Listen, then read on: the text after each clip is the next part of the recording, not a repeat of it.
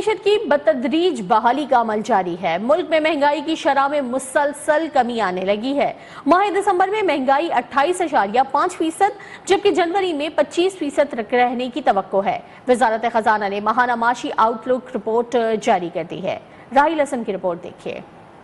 وزارت خزانہ نے دسمبر کی ماہانہ اقتصادی رپورٹ جاری کر دی۔ رپورٹ میں کہا گیا ملکی معیشت کی بتدریج بحالی کا عمل جاری ہے۔ نومبر میں پاکستان اسٹاک ایکسچینج نے بہترین کارکردگی کا مظاہرہ کیا۔ زرعی شعبے کی کارکردگی مثبت دکھائی دے رہی ہے۔ ربی سیزن کے پیداواری اہداف حاصل کر لیے گئے ہیں اور پنجاب میں گندم کے پیداواری رقبے میں 2% اضافہ ہوا ہے۔ رپورٹ میں کہا گیا کہ جولائی سے نومبر تک غیر ملکی سرمایہ کاری میں 8.1% اضافہ ہوا ہے۔ جولائی سے اکتوبر تک اخراجات میں 35% اضافہ ہوا۔ اسی دوران جاری اخراجات میں 44% اضافہ ہوا، جبکہ جولائی سے اکتوبر تک سود کی ادائیگیوں میں 63% اضافہ ہوا۔ رپورٹ کے مطابق دسمبر میں مہنگائی 28.5% تک رہنے کی توقع ہے، جبکہ جنوری 2024 میں 25% تک رہنے کی توقع ہے۔ وزارت خزانہ نے رپورٹ میں کہا کہ جولائی سے نومبر تک برآمدات میں 5% اضافہ ہوا، جبکہ اس مدت میں درآمدات 16% کم ہوئی۔ اسی دوران جاری کھاتوں کا خسارہ 64.5% کم ہوا، جبکہ جولائی سے اکتوبر تک بجٹ خسارے میں 31.9% کمی ہوئی۔